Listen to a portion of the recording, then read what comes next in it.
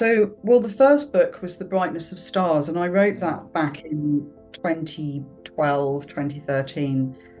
And I wrote it because I'd hit a bit of a roadblock. I wasn't particularly open about my experience. I hadn't really talked about it, but I was very aware, like lots of people who get to their kind of late 30s, early 40s, that midlife period, that it had massively influenced me, and that whatever I hadn't dealt with in the recovery journey I'd had so far, I was going to have to deal with.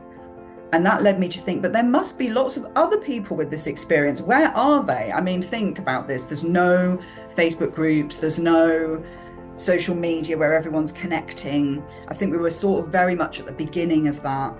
And so I had a few connections and I wanted to share stories, where I started at the beginning of this podcast talking about sharing stories and journalism, and I wanted to share stories.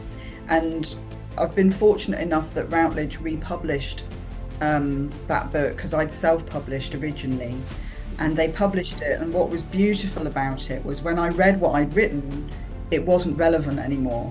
I didn't have those feelings about it anymore. And it made me think, everybody that was in it needs to write, what do they think about it now, 10 years later? Let's have an exploration of the healing journey, and how at different points in your life something really troubles you and is really defining and is really intense, and 10 years later, when you've processed it and used writing to make sense of it, and perhaps had some therapy and perhaps done some body work and all of those things that help us process stuff.